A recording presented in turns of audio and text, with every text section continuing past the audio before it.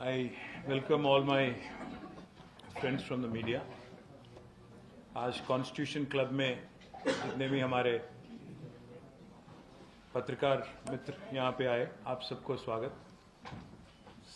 संविधान के नाम पे जो एक यहाँ पे क्लब लगाया गया नई दिल्ली में, आज इस जगह, इस महत्वपूर्ण जगह पे आपको एक महत्वपूर्ण समस्या के बारे में बताने के लिए तेलंगाना से हमारे बहन यहाँ पे इतने बड़े संख्या में आपके सामने उपस्थित हैं। मैं आपसे पहले ये कहना चाहता हूं कि एक बार आप इनके बारे में और इनकी दुख के बारे में, जो हमारे एक पत्रकार भाई ने एक वीडियो बनाया जो बहुत संक्षिप्त है, उससे आपको एक अंदाजा पता चलेगा कि क्या हो रहा है तेलंगाना में। पहले आप वो देख लें, फिर बाद में आप उनसे भी सुनेंगे और हमसे भी सुनेंगे कि हम चाहते क्या हैं, हम दिल्ली क्यों आए। और हमारे जो राज्यसभा के फ्लोर लीडर है सुरेश रेड्डी जी, हमारे पार्लियामेंट मेंबर्स राज्यसभा रविचंद्रा जी, दामोदर जी, और हमारे बाकी फॉर्मर मिनिस्टर्स श्रीमती सत्यवती जी, श्रीमती सबिता इंदिरा रेड्डी जी, और हमारे फॉर्मर एमपी कविता जी और फॉर्मर एमएलए हरिप्रिया जी, जो सारे हमारे टॉलेस्ट विमेन लीडर्स तुला उमा जी, सारे लोग इसीलिए यहां पे आए क्योंकि हमारे बहनों की दुख, जो हमारे गरीब ट्राइबल बहनें हैं, गरीब ओबीसी बहनें, हमारे एमएलए कोवा लक्ष्मी अक्का, इनका दुख देख के उनसे भी सह नहीं पाया, इसीलिए आज वो दिल्ली तक चले आए। पहले इसलिए मैं आपको एक 4-5 मिनट का मैं वीडियो आपको दिखाना चाहता हूं, बाद में आप उनसे भी सुनेंगे, हमसे भी कुछ लफ्ज हमसे भी सुनेंगे। आप वो वीडियो चलाइए।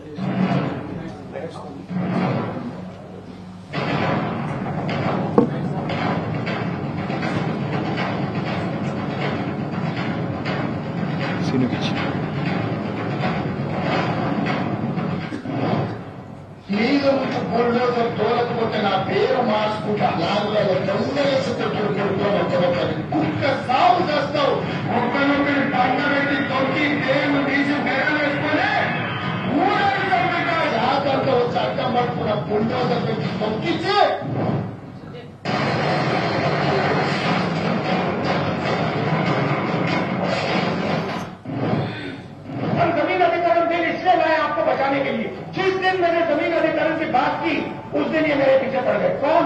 अदानी के लोग, अंबानी के लोग। सब कुछ ठीक है, अगर सब कुछ ठीक है तो 144 क्यों लगा हुआ है? सब कुछ ठीक है तो लोग वहां से क्यों भाग रहे हैं? हिंदुस्तान में 40-50 करोड़ रुपए कोई ऐसे फ्री में नहीं देता है। धारावी की जमीन, महाराष्ट्र के गरीब लोगों की जमीन, 1 लाख करोड़ रुपए की जमीन अपने मित्र गौतम अदानी को देना चाहते थे। तेलंगाना एक समय जनतांत्रिक लोगों के आंदोलनों का गर्व था और 2014 से 2023 तक मुख्यमंत्री केसीआर के नेतृत्व में शानदार शासन का एक रोशन उदाहरण बन चुका है। लेकिन आज इंडियन नेशनल कांग्रेस पार्टी के तोपे हुए जुल्मों के नीचे तेलंगाना का दम घुट रहा है। इस जुल्म के सफर का नेतृत्व श्री रेवंत रेड्डी जी कर रहे हैं, एक नेता जिन्होंने अपनी हरकतों से नए तुगलक का नाम हासिल कमा लिए हैं। पिछले 12 महीने में जब से श्री रेवंत रेड्डी जी और कांग्रेस सरकार ने तेलंगाना में सत्ता संभाली है, उनके बदलाव और उनके तरक्की के वादे सिर्फ झूठे साबित हुए हैं। उन्होंने एक ही भी चुनावी वादा पूरा नहीं किया। इसका बजाय तेलंगाना के लोग जालिम सरकार और निर्मम बुलडोजर नीति के नीचे पीसा जा रहा है। आज हम तेलंगाना का लंबाड़ा, आदिवासी, दलित और ओबीसी यहां दिल्ली में आपके सामने खड़े हैं ताकि जुल्म के खिलाफ हमारी आवाज उठा सके और पूरा हिंदुस्तान राहुल गांधी जी और रेवंत रेड्डी जी के जुल्म के सियासत को समझे। हमारी खेती जमीनें तेलंगाना कांग्रेस सरकार के जरिए बिना हमारी रजामंदी और 2013 के भू अधिग्रहण कानून को लागू किए बगैर जबरदस्ती छीनी जा रहा है। हमें धमका दिया जा रहा है, हमें मारा जा रहा है, हमें ब्लैकमेल किया जा रहा है, हमें सलील किया जा रहा है, हमें कुचला जा रहा है। 3,000 మంది మా పండుగ ఒకరిన్నరకు ఇచ్చిండు. ఇచ్చి దాని పండుగ 30 మంది కడప వచ్చిండు. వచ్చి నిలబడుతున్నారు. ఎన్నుడు పెడతానంటే అంత వేరే కొడుతున్నారు ఒక్క జరిగింది నా వాళ్ళు మన గుడ్డ జాబ్ జాబ్ పెడుతూ ఎవరు వచ్చినావు ఏమంటాను మన పాలు గుండె కొట్టుకుంటారు కదా బిడ్డ అట్లా బిడ్డ రోజు కలుసుకుంటున్నారు కలిసిండు ఆడేయాలని దొబ్బుడు ఇట్లా కలిసిండు వేసిండు కాళ్ళకి దొబ్బుడు ఇట్లా కాళ్ళతోటి దారిచి కాన్నారు సబ్స్క్రైబ్ చేస్తాం కానీ ఎక్కువ భూమి ఇయ్యం మా మంచిగా అది తీసుకోకపోతే ఆమె మొక్కల మీద కలిగి పట్టగలుగుతున్నారు ఇప్పుడు ये सब सिर्फ इसलिए किया जा रहा है ताकि एक फार्मास्यूटिकल कंपनी के लिए रास्ता साफ किया जा सके जो मुख्यमंत्री श्री रेवंत रेड्डी के दामाद और कुछ पूंजीपति इसके मालिक है। ये शासन नहीं है, ये अत्याचार है जो लोकतंत्र के पर्दे में छुपा हुआ दमन कांड है। मौजूदा तेलंगाना सरकार ने एक तरफा फैसला लेकर ప్రవీణ్ మంచిగున్నాడు నీకు చెప్పమన్నాడు కలిసిన నీ గురించి కొద్దిసేపు ఏడ్చిండు మంచిగున్నాడు ఏం కాదు చెప్పిన తొందరలో వస్తావు బయటకు అని చెప్పి నువ్వు ధైర్యంగా నేను కలిసిన చూసిన కాబట్టి చెప్తున్నా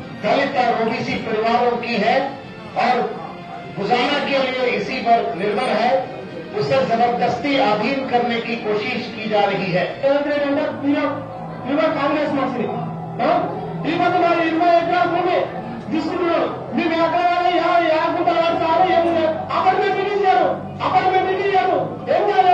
दरअसल पिछली सरकार ने पहले ही करीब 14,000 एकड़ से अधिक जमीन एक अल्ट्रा मॉडर्न फार्मासिटी बनाने के लिए कानून के तहत अधिग्रहण की और हर प्रकार की अनुमतियां भी प्राप्त की। ये किसान अपनी विरासत जमीन को बचाने के लिए पिछले 9 महीनों से लगातार विरोध कर रहे हैं और तेलंगाना के मुख्यमंत्री के बड़े भाई श्री अनुला तिरुपति रेड्डी जी ने जानकारी के आधार पर समानती माफिया तरीकों का इस्तेमाल करते हुए इन मासूमों को धमकियां दी, गाली गलौज की और किसानों को बिना किसी समझौता या मुआवजा दिए बिना अपनी पट्टा जमीनों को छोड़कर चले जाने पर मजबूर किया। ఏ విధమైనటువంటి వెనుకడుగు వేసే ప్రసక్తి లేదు। అక్కడ తప్పకుండా ఇండస్ట్రీస్ వస్తాయి, ఫార్మా కంపెనీ కాదు ఇంకా రకరకాల ఇండస్ట్రీలు వస్తాయి। అరెస్టులను ఖచ్చితంగా అరెస్ట్ చేయాల్సింది। 11 नवंबर 2024 को सुबह 12 बजे जिला कलेक्टर प्रतीक जैन जी और अन्य अधिकारी लगाचरला गांव आए और एक फार्मा प्रोजेक्ट के लिए जमीन पर 10 लाख प्रति एकड़ की मुआवजा के साथ अधिग्रहण करने की घोषणा कर दी। ఏమనుకున్నట్టు ఫార్మా కంపెనీ మాకు అవసరం లేదు, మా ఉన్న 2 ఎకరాలు 5 ఎకరాలు 3 ఎకరాలు ఉన్నోళ్లకు ఆయాసపెట్టకు పాలన ఇస్తామని భూమి మీద ఫార్మా కంపెనీ లోనేది 2 లక్షలు బంద్ చేస్తున్నాం వచ్చేసరి బాబు అమ్మ డోర్ మీద మేము డోర్ తీయలేము లేకపోతే ఇల్లు పట్టింది లేకపోతే మళ్ళీ ఇంట్లో చూసాము బీళ్ళని తెలిసిండు బీళ్ళలో దాచుకుంటే మా సార్ చూడు అంతా బీళ్ళ దాచుకుంటారా మనుషులు పెడతారు బీరు వెళ్ళని చెప్పిన ఇవాళ కొట్టి 3 దినాలు దెబ్బలు 3 దినాలు 3 నెలల నుంచి దెబ్బలు ఏం చేయాలి చేస్తామేమో దాడి చేసి గుండు వేసి మేము అందరూ చేస్తాము। आरोप है कि ये सब मुख्यमंत्री रेवंत रेड्डी जी के दामाद के फायदे के लिए किया जा रहा है, जबकि बाजार में मूल्य प्रति एकड़ 60 से 70 लाख है। इस मुद्दे पर कलेक्टर और ऑफिशियल्स के साथ आम जनता का जज्बाती बहस हुई और कुछ ग्रामीणों को नुकसान पहुंचा। पुलिस ने फौरन भीड़ को हटा दिया और शांति बनाई, लेकिन उस रात एक साजिश के तहत सत्तारूढ़ सरकार ने किसानों को हिंसक प्रदर्शनकारी के रूप में गलत बताने की कोशिश की और उनके खिलाफ झूठे मुकदमे दर्ज किए हैं। उस रात 12 बजे से सुबह 6 बजे तक पुलिस और मुख्यमंत्री के भाई श्री अनुला तिरुपति रेड्डी के साथी गुंडे हमारे गांव में शिकारियों की तरह घुस आए और जुल्म का सिलसिला शुरू किया। पुलिस और गुंडों ने जाति के आधार पर गालियां दी और लोगों को जलील किया। महिलाओं को भी अपमानित किया गया और उनकी इज्जत पर हाथ डाला गया। మా ఆయనకైతే దర్జన్యంగా ఎందుకు తీసుకోలేదు సార్ ఎందుకు ఇంతగానో దర్జనం చేస్తుంది మా పైన నేను ప్రెగ్నెన్సీ నాకు పెయిన్స్ వస్తున్నాయని కూడా చెప్పకుండా వినకుండా తీసుకోలేదు। మార్నింగ్ మనకి ఈడుస్తా అని చెప్పాడు, నాకైతే నైట్ నుంచి నార్మల్ గా పెయిన్స్ వస్తుంది। ఇప్పుడు డైరెక్ట్ సడన్ గా పెయిన్స్ వచ్చి ఎవరు తీసుకువెళ్తారు? తాత తీసుకువెళ్తాడు। శాతనైతుందా? ఊళ్ళో ఎవరైనా ఉన్నారా? నాకు తీసుకుపోయేటోళ్ళు. లేకపోతే రేవంత్ అన్న పోలీస్ స్టేషన్ పంపిస్తాడా? రేవంత్ అన్న వస్తాడు. మా ఆయన ఉంటేనే కదా నాకు తోలుకుపోతాడు. ఇప్పుడు ఎవరు లేరు మా ఇంట్లో ప్రస్తుతం. నాకేం ఏమన్నా ఆయన ఏం చచ్చిపోతే ఎవరికైనా అడుగుతారు? మా ఆయన ఎవరికైనా అడుగుతారా? రేవంత్ రెడ్డికి వెళ్ళి అడుగుతారా? పోలీసులను అడుగుతారా? गर्भवती महिलाओं को भी धमकियां और मारपीट का शिकार बनाया गया। उनका स्वास्थ्य खतरे में है और गंभीर भी है। मर्द और औरतों को घरों से घसीटकर निकाला गया और उन्हें बेदर्दी से मारा गया। बूढ़े और बच्चे डर के मारे चुप हो गए। इंटरनेट सेवाएं और बिजली बंद कर दी ताकि एक दूसरे से किसी तरह की संपर्क ना हो सके। पूरे परिवार डर के मार अपने घरों को छोड़कर बिना खाना पीना दवाइयां जंगलों और खेतों में जा चुके।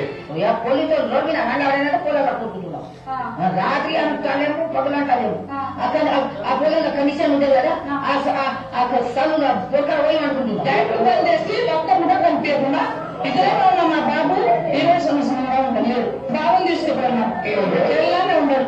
हमारी चीखें सरकारी तंत्र के भारी जूतों के नीचे दबा दी गई हैं। हमारी जिंदगी, हमारी इज्जत और हमारी अधिकारों का कुचला गया है। ये जुल्म बेदर्दी से जारी है। कांग्रेस के वरिष्ठ नेता राहुल गांधी जी ऐसा बयान देते हैं जैसे वो आदिवासी, दलित और ओबीसी के हमदर्द है। हम सभी नवीकरण बिल इसलिए लाए आपको बचाने के लिए। ये सारे के सारे मीडिया वाले मेरे पर अटैक करने शुरू कर दिए उसने। जिस दिन मैं आपको बता रहा हूं, जिस दिन मैं भट्टा परसोल पहुंचा उस दिन से मीडिया वाले मेरे पीछे पड़ गए। जिस दिन मैंने जमीन अधिकरण की बात की उस दिन ये मेरे पीछे पड़ गए। कौन? अदानी के लोग। अगर सब कुछ ठीक है तो लोग नोटिफिकेशन लगा हुआ है, अगर सब कुछ ठीक है तो लोग हद की भाग रहे हैं। लेकिन असल में ऐसा नहीं है। इन जुर्मों के वे ही असली जिम्मेदार है।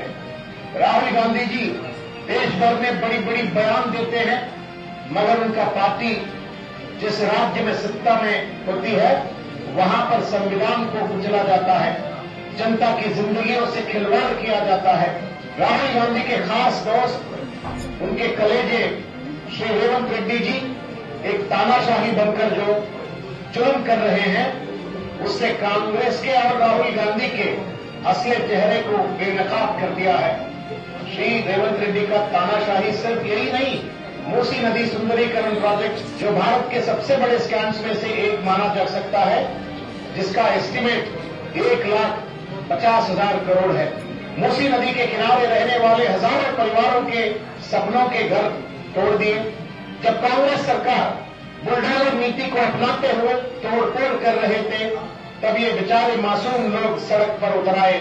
तानाशाही रेवंत रेड्डी जी हाइड्रा के नाम पर एक गोजिल्ला को बना के गरीब और मध्यम वर्ग के सपनों के घरों को बेरहम से तोड़ दिया है। तो तोड़ नहीं दिया तो सामने पता हमारा बड़ा खाना खाने पानी देने नहीं क्या नहीं मिला कुछ नहीं कैसे करना। एक 8 दिन 15 दिन 1 महीने का टाइम नहीं। अभी सामान लेके कल से बैठे हुए हैं, फिर कैसा करना बोलो। गरीब लोग जाएंगे का साइकिल रिक्शा चला दूंगा, उसके बाद साइकिल रिक्शा यहाँ से मार देते हुए कर देते, तब 2 दिन से खाना नहीं हम लोगों को क्या करना बोलो। रिक्शा चलाने तो खा गए हमारे लोग नहीं कर रहे। अचानक गरीब को हटा, तुम क्या बोले गरीब भी हटा तो तुम गरीब को हटा दिए, इसीलिए कांग्रेस हुकूमत जिन गई है। ये लाइन ऊपर की नहीं थी, यहाँ तक पानी नहीं आ रहा था, आके जबरदस्ती तोड़ के सामान निकालो नहीं निकालो तो हाथ घुमा के सब लगा चल्ला के किसान जो कांग्रेस के जुल्म की वजह से जेल में हैं, उन्होंने संवैधानिक संस्थाओं के दरवाजे खटखटाए हैं, सिविल सोसाइटी के दरवाजा खटखटाए हैं, मीडिया के दरवाजे खटखटाए हैं और न्याय के दरवाजे भी खटखटाए हैं। उनकी सिर्फ एक ही मांग है, आजादी। उन जालिमों से आजादी जो उनकी जमीन छीनना चाहते हैं, उन बेचैन रातों और उनकी जिंदगी की खाट से आजादी। आए मिलकर इन गरीब किसान के साथ खड़ेंगे और आखिरी में तेलंगाना के लोग कभी चुप नहीं रहेंगे। हमारी चीखें तब तक गूंजते रहेंगी जब तक इंसाफ नहीं मिलेगा। जय तेलंगाना, जय भारत, जय केसीआर।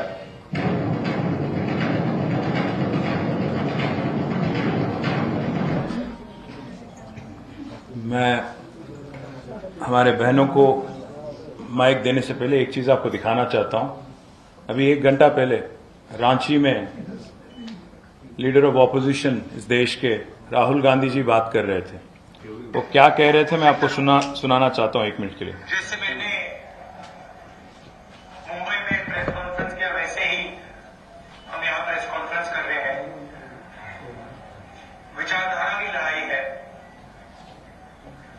एक तरफ इंडिया गठबंधन कांग्रेस पार्टी जो संविधान की रक्षा कर रही है और गरीबों की सरकार, किसानों की, मजदूरों की, पिछड़ों की, दलितों, आदिवासियों की सरकार चलाना चाहते हैं। और दूसरी तरफ वही बात जो बार बार कहते हैं किसानों के बारे में, पिछड़ों के बारे में, गरीबों के बारे में, आदिवासी के बारे में। इसीलिए मैं आज राहुल जी से कहना चाहता हूं, जो भाषण अभी आपने दिया 1 घंटा पहले, मैं आपको याद दिलाना चाहता हूं। आज मैं आपको सुनाना चाहता हूं। आपने बहुत सुना दिया, तेलंगाना के जनता को भी आपने काफी कुछ सुना दिया 1 साल पहले। आज मैं आपसे कहना चाहता हूं, आप सुनिए, तेलंगाना की हमारी बहनों की आवाज सुनिए। हमारी बहन देवी जो एक ट्राइबल कम्युनिटी से हैं, कोडंगल, जो आज मुख्यमंत्री रेवंत रेड्डी का क्षेत्र है, वहां से आई हुई है, उनकी आप पहले दर्द सुनिए, फिर आप राहुल जी भाषण दें। साहब, मैं देवीबाई लगाचेटला तांडा, कुचल्लाकुटा तांडा से आया। हमारा जमीन पूरा ले रहा करके हम लोग धाड़ी कर रहा था, झगड़ा कर रहा था। हम लोग को 9 महीने से बहुत तकलीफ दे रहा है। एक भी हम लोग खाना खाएगा तो भी हम लोग को तकलीफ है। हमारा बच्चा लोग को भी तकलीफ है। कुछ काम करने को जाएगा तो भी 2 दिन आने का, 2 दिन जाने का, उधर धरना करने का। हमारा जमीन दे रहा करके हम लोग कर रहा तो अभी ले हम रात को आके हम लोग को सबको मार के मेरा आदमी को लेके गया, मेरा छोटा लड़का को लेके गया, और मेरा लड़का, बड़ा लड़का किधर है क्या पता भी नहीं है, पता भी चल रहा नहीं, वो किधर है भी उनको पता भी नहीं चल रहा। आज से 8 दिन हो गया। हमारा बहुत तकलीफ है, हमारा बहुत तरह का है। हम लोग को खाने को भी आज 3 दिन से इधर क्या कर रहा है, किधर है, हम लोग को पता भी नहीं चल रहा है। मालूम है किधर हम लोग ढूंढ के आया, इधर हमारा मैडम के पास आया और हमारा मैडम इधर लेके आया हम लोग को। ये लोग दिल्ली को आने के लिए हम लोग को मालूम नहीं था, ये दिल्ली को लाया हमारा मैडम। हमारे देवी के बाद अभी अब किश्तीबाई दूसरी बहन है, ट्राइबल हैं और कोडंगल से ही हैं, वही लगचल्ला तांडा से हैं। राहुल जी, इनका भी दर्द सुनिए, इनकी भी भाषा सुनिए, इनकी भी आप एक बार उनकी भी आवाज सुनिए। రేవంత్ రెడ్డి, మేము మస్తు నీకు మా రేవంత్ రెడ్డి మాకు బాగుపడి చేస్తాడు, మాకు మంచిగా చేస్తాడని నీకు ఓటేసింది నమ్ముకొని, గాని మాకు మమ్మల్ని రోడ్డు మీద కూర్చునే పరిస్థితి నువ్వు చేసినావు. గాని మేము గంటెడు భూమి సావని కూడా సిద్ధం, సత్యని కూడా సిద్ధం. లేకుంటే బామే భూమి తీసుకోమా, ఇల్లు తీసుకోమా, అంత తీసుకో, నీకు మంచిగా అవుతుంది. గాని భూమి అయితే ఇయ్యము. మంచి మాటతో మనం చెప్పిన మాటతోటి నువ్వేమో యాడన్నా చేసుకొని యాడన్నా నాకు పని చేసుకో. కానీ మా దగ్గర వచ్చినామంటే సావని కూడా సిద్ధం. 9 నెలలతోటి మేము పోరాడుతున్నాము. ఆ పని నీకు ఖ్యాల్ రాకపోయినా మీ అన్న తిరుపతి రెడ్డి వచ్చిందా, నీవు వచ్చినావా? కలెక్టర్ పోయి ఎన్నో మాటలు పోయి మేము ధర్నా చేసినాము, కలెక్టర్ కాళ్ళ పడ్డాము, మొక్కినాము, ఎన్నో లీడర్ ఇచ్చినాము. అప్పుడు మీకు తెలియపాయనా? మళ్ళా వస్తానే ఉండరు మునిమాపు 500 పోలీసు వాళ్ళని దోది నువ్వు ఆడోళ్ళ మీద దాడి పెడతావా, మా సన్ల మీద సేవ్ నీకు పెడతావా, మా కుచ్క వేసుకొని పెడతావా, మా దర్వాజా దప్పే నీకు పెడతావా? నాకు సరిపోయిందా? నువ్వు ముఖ్యమంత్రి అంట, ముఖ్యమంత్రి ఇదే పని చేస్తాడా? రేవంత్ రెడ్డి కొడంగల్ ముఖ్యమంత్రి, నువ్వు మా కొడంగల్ ముఖ్యమంత్రి అని నేను నమ్ముకొని కూర్చుని కొడంగల్ పేరు పూరా ఖరాబ్ చేసి పెడతావు రా. రేవంత్ రెడ్డి, మంచి మాట చెప్తున్నాము. మా భూమి కాడికి రావద్దు, మా పిల్లలని జైళ్ళకెళ్ళి తీయాలి. మళ్ళా మా బయట ఉండోళ్ళకు యారు ఉండరు, గుట్టలు ఉండరు, చెట్లు ఉండరు, పాములు ఉండరు, ఎగతా కొట్టుకుంటున్నారు, ఏం చేస్తున్నారు, ఏడబడ్డ మా పిల్లలకు, మా జల్లలకు, మా పెద్ద మనుషులకు ఇంటికి తేవాలి. మళ్ళా ఇది జైల్లో ఉండాలి, బయట తీయాలి, మా భూమి జోలికి నీరు రాకూడదు. किश्तीबाई का ये कहना है, जो लोग तेलुगु नहीं समझते हैं, किश्तीबाई जी का ये कहना है कि हमारी जमीन हम जिसपे हम लोग सैकड़ों सालों से आधार है, जिसपे निर्भर है, उसको आप छीनो मत हमसे। बहुत उम्मीदों से आपको हमने वोट दिया, मुख्यमंत्री बनाया। आज आप हम पे जुल्म कर रहे हो, हमारी जमीन छीन रहे हो, साथ ही साथ हम पे इतना जुल्म कि हमारे बच्चे आज कहां हैं हमें नहीं पता, हमारे घर वाले जेल में हैं और हमारे साथ नाइंसाफी हो रही है और जबरदस्ती मोलेस्टेशन भी किया गया, sexually outraging a modesty of a woman भी किया गया, is what she was saying in Telugu. Now ఇప్పుడు సుశీల గారు అదే లగచర్ల నుంచి వచ్చినారు, వారు మాట్లాడాల్సింది కోరుతారు. సార్ నమస్కార్, నా పేరు సుశీల लगाचेरला तांडा। हम लोग को बहुत 9 महीने से बहुत तकलीफ है सर। हम लोग को कुछ खाना नहीं जा रहा है, जमीन जा रहा है करके हम लोग जमीन में काम करने वाला, हम लोग चिक्कड़ खा के चिक्कड़ खा करने वाला, हम लोग इतना मेहनत करने मरने वाला को हमारा जमीन छीने लाया करके हम लोग को नींद नहीं आ रहा है। हम लोग को जमीन किधर भी जाएगा तो नजर से नीचे नहीं उतर रहा है जमीन। हम लोग को क्या कोई 10 एकड़ा नहीं, 12 एकड़ा नहीं, 2-3 एकड़ा है। वो जमीन के लिए हम लोग को 9 महीने से इतना तकलीफ दे रहा है सर। हम लोग का बच्चा को जिधर धरना किया उधर गया, सबका सरीका हम लोग गया, बच्चा लोग को लेके गया, सबका कलेक्टर ऊपर मारा, ये किया वो किया, किसी को मारा नहीं, किसी को कुछ किया नहीं, ऐसे ही धक्का धुक्कर कर दिया, इधर उधर कर दिया, आ गया। कलेक्टर भी बोला मेरे को कोई मारा नहीं, ऐसा धक्का दिया मैं आ गया करके बोला। फिर भी रात को 12 बजे लाइट ऑफ करके दारू बीरू पी के उन लोग आके हम लोग को, हमारा बच्चा लोग बड़ा जवान लड़की लोग सब लोग घर में सोएला था, वो लोग सू भी नहीं निकाला, कुछ नहीं, ऐसा ही जाके बच्ची लोग का ऊपर से जाके मेरा लड़का एक था विनोद, उसको लेके गया, उसका पप्पा नहीं है, उसको लेके गया जेल में, मार के से हाथ पैर सब सूजन आ गया, उसको बहुत रो रहा है। आज तक हम लोग को मुलाकात नहीं किया, हमारा बच्चा लोग को हम लोग को मुलाकात कर देने का, हमारा बच्चा हमारा घर पहुंच कर देने का, हमारा जमीन का पास कोई आने का नहीं। हमारा जान जाएगा तो जाएगा मगर हम जमीन नहीं देगा, हमारा जान जाएगा तो उसको फर्क नहीं पड़ेगा मगर हम जमीन नहीं देगा। हम लोग जमीन में खा के जमीन में बचने वाला है। आज 3 दिन से हम लोग किधर खा रहा है किधर सो रहा है, हमारा उस ठिकाना नहीं। हमारा बाल बच्चा सब छोड़ के सब जंगल में सो रहा है, कोई सांप काटेगा, कोई बिच्छू काटेगा, कोई चूहा काटेगा, उसका जिम्मेदार कोई है क्या? हम लोग को कोई साझेदारी दे रहा है क्या? आज हमारा मैडम है सत्यवती राठौर, वो साझेदारी दे रहा है करके हम लोग को इधर तक लाए हैं। सबको विनती करके बोल रहा हूँ। Atrocious violation of human rights. आधे रात को आके घर में घुस के पुलिस पी के और कुछ प्राइवेट लोग पी के आके, जो लोग घर पे गरीब महिलाएं हैं, जवान बच्चियां हैं, उन पे जो जुल्म किया गया उनके बारे में सुशीला बहन हमारी बोली। मैं आखिरी में मेरी बहन ज्योति जो 9th मंथ प्रेग्नेंट है, आज पूरे प्रेगनेंसी में कभी भी आज वो डिलीवर कर सकती है, पर वो दिल्ली तक आई। हमारे बोलने के बावजूद उन्होंने कहा कि नहीं मुझे आना है, मेरी दर्द आज दिल्ली में सुनाना है, इसलिए वो यहां तक आई। नेशनल कमीशन फॉर विमेन से मिली, नेशनल कमीशन फॉर ट्राइबल से मिली, ह्यूमन राइट्स से मिली। हमारी बहन ज्योति, मैं उनसे कहता हूं कि आप बात करें। నా పేరు జ్యోతి, నేను లగచర్ల నుండి వచ్చిన, మాది కొడంగల్ నియోజకవర్గం. కొడంగల్లో ఏమో ఫార్మా కంపెనీ వేస్తామంటున్నారు, అది కూడా కొడంగల్లో కాదు, లగచర్ల గ్రామంలో. ఎందుకు నా లగచర్ల గ్రామంలోనే ఫార్మా కంపెనీ వేయాలి? వేరే దగ్గర భూములు లేవా? మా రైతుల భూములే కావాలా? మేము రైతులం బతకకూడదా? మా రైతులం మేము ఏదో మా పొట్ట తిప్పకి ఉన్న భూముల పైన ఏదో పండించుకొని మేము పంటలు పండించుకొని తింటున్నాం. మేము తిని మరియు ప్రభుత్వానికి అందిస్తున్నాం, మిగిలిది మేము తింటున్నాం. మా రైతుల భూములే కావాలా ప్రభుత్వానికి? వేరే దగ్గర భూములు ఉన్నాయి కదా, వేరే భూములు తీసుకోవాలి. మరి మా భూములే ఎందుకు కావాలి? మా భూముల కోసం మేము 9 నెలల నుంచి ధర్నా చేస్తున్నాం. అయితే ఫార్మా కంపెనీ రాదు, పట్ట భూములు పోవు అని చెప్పిండ్రు. అయితే ఇన్ని రోజులు ధర్నాలు చేసి కూడా మీ పట్ట భూములు పోతాయి, మీ ఇల్లు పోతాయి, మీ ఊరు మొత్తం పోతుంది అని మాకు చెప్తుండ్రు. మరి వార్నింగ్ ఇస్తుండ్రు పైనుంచి, సంతకాలు చేయకపోతే బెదిరించి మరి సంతకాలు చేపించుకొని పోతాం, ఎందుకు చేయరో చూస్తామని బెదిరిస్తుండ్రు. నాకు ఫార్మా కంపెనీ వద్దు, మేము కలెక్టర్ కి లెటర్లు పంపినాం. కలెక్టర్ దగ్గరకు వెళ్లి కాళ్ళని కూడా పట్టుకున్నాం. మా ఫార్మా కంపెనీ వద్దు అసలు. ఆ ఫార్మా కంపెనీతో వాటర్ కాలుష్యం, గాలి కాలుష్యం, నీరు కాలుష్యం చుట్టుపక్కల ఉన్న అందరికి అది హానికరమే ఉంటుంది. అది చాలా ఎఫెక్ట్. గ్రీన్ ఫార్మ్ అది కూడా మెడిసిన్ తయారు చేస్తాం. మనం ఒక గంట మెడిసిన్ టాబ్లెట్స్ మెడికల్ లో కూర్చోవాలంటేనే టాబ్లెట్స్ ఎంతో వాసన వస్తుంది.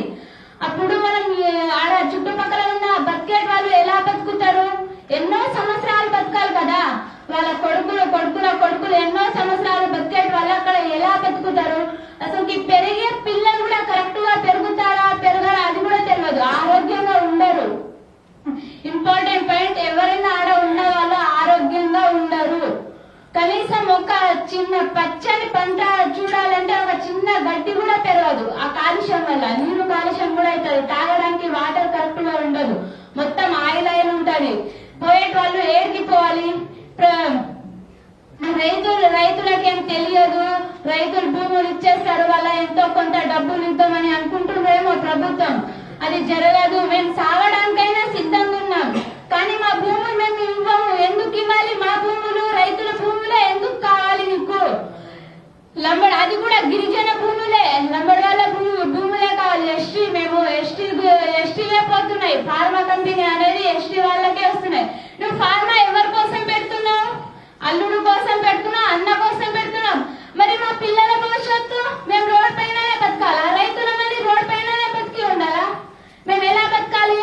మాకైతే భూములు కావాలి. మా భూములు మాకు కావాలని మేము ఢిల్లీ వరకు వచ్చినాం. ఢిల్లీలో పెద్ద పెద్దలు ఉంటారంట. వాళ్ళ కాళ్ళ పైన పడమంటే కూడా మేము పడడానికి సిద్ధంగా ఉన్నాం. ఎందుకంటే మా భూములు మాకు కావాలి. మేము ఫార్మా కోసం అని ఇవ్వము. అవి మా తాత ముత్తాతలు ఎప్పుడో సంపాదించి మాకు ఇచ్చిన భూములు. అవి ల్యాండ్ భూములు కావు, అన్ని పట్ట భూములే ఉన్నాయి. మీరు ఫస్ట్ నుంచి సర్వైవ్ చేసారు, అన్ని చేసారు. ల్యాండ్ పట్ట భూములు పోదని చెప్పారు. తర్వాత మా ఇంటితో సహా పోతుంది. ఇంటితో సహా పోతే మేము ఏడుకు వెళ్ళాలి? రోడ్ పైననే బతకాలా? ఎందుకు మేము రైతులం ఇంత చిన్న చూపు ఎందుకు అయిపోయినాం? మా కాళ్ళ పైన మేము బతుకుతున్నాం కదా. ఏదో ఒక పంటలు పండించుకొని మా బతుకు తీరు మేము ఏదో బతుకుతున్నాం. నువ్వైతే మాకేం మంచి చేస్తలేవు కదా. మేము తినేది ఏదో తింటూ బతుకుతూ మా కడుపుని నింపుతున్నాం. నింపుకుంటాం మేము. మా కడుపుని మీరు వచ్చి నింపుతలేరు కదా. మేము కష్టపడితేనే కదా మా కడుపుకి వస్తుంది. ఇప్పుడు అన్నం తినాలన్నా ఏం తినాలంటే మేము పండించే పంటనే కదా మీరు కూడా తినేది. అలాంటి రైతులకే మీరు ఇంత దారుణమైన పరిస్థితి ఎందుకు తెస్తుండ్రు? కలెక్టర్ అందరేమో కలెక్టర్ పైన దాడి చేసుడు అంటున్నారు కదా. కలెక్టర్ పైన మేము ఏం దాడి చేసినాము?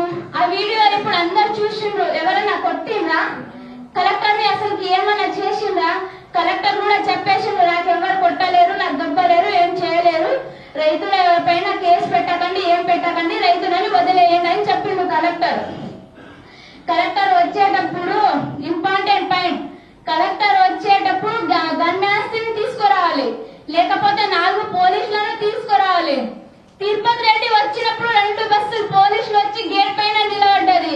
అప్పుడు కలెక్టర్ వచ్చినప్పుడు 2 పోలీసులన్నా రావాలి కదా, లేకపోతే ఐడి కార్డుతో రావాలి. వేరే ఏదన్నా డ్రెస్ చేసుకుని నార్మల్ డ్రెస్ లో వస్తే ఇప్పుడు గిరిజన వాళ్ళకి తెలుసా కలెక్టర్ అని? తెలియదు కదా. గిరిజన వాళ్ళు చదువుకున్నారా? చదువుకోలేరు. ఎందుకంటే వాళ్ళు రైతులు. ఇప్పుడు వీడికి వచ్చి మీరు కూడా అడిగింది మేము ఎవరమంటే మీరెవరేమో ఫోటో తీస్తుండ్రు అంటారు. ఇప్పుడు మీరే అడిగి చూడండి, బయటికి వెళ్ళినప్పుడు మేమెవరు అంటే ఎవరేమో మీరు ఫోటో తీస్తుండ్రు అంతే అని చెప్తారు ప్రజలు, మా గిరిజనులు. ఎందుకంటే వాళ్ళు చదువుకోలేరు, ఏం చేసుకోలేరు. అప్పుడు దాడి జరిగింది అంటారు అందరు. దాడి ఎప్పుడు జరిగింది? మార్నింగ్ జరిగింది.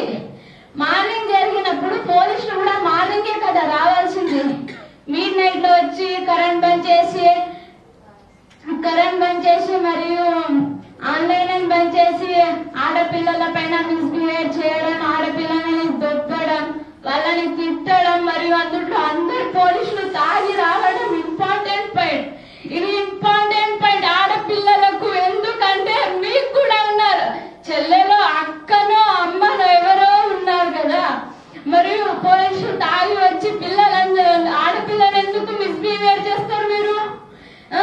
ఎందుకంటే రైతులు వీళ్ళు ఏం చెయ్యలేరు, వీళ్ళకి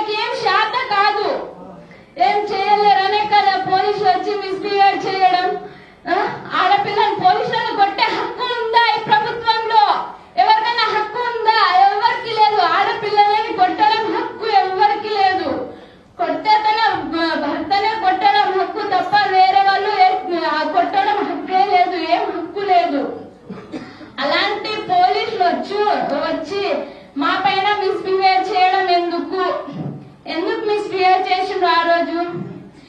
పోలీసులకి ఇంత దౌర్జన్యం ఎందుకు?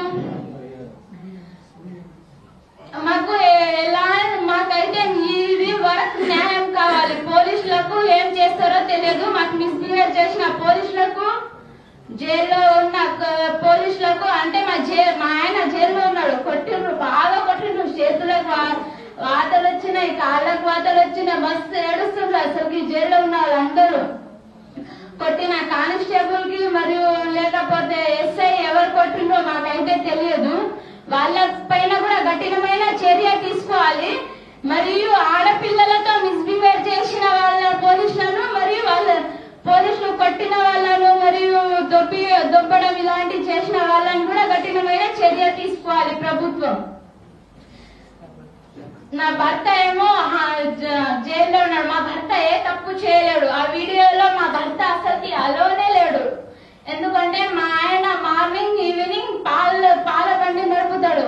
నాకైతే వెనుక ముందు ఎవరు లేరు. నేను ఒకదాన్నే ఉన్నా. నేను ఎవరికి చెప్పుకోవాలి ఇన్ని బాధలు? జైల్లో ఉన్నప్పుడు నాతోటి ఎవరున్నారని, ఎవరున్నా ఉంటే కదా నేను చెప్పేది బాధ.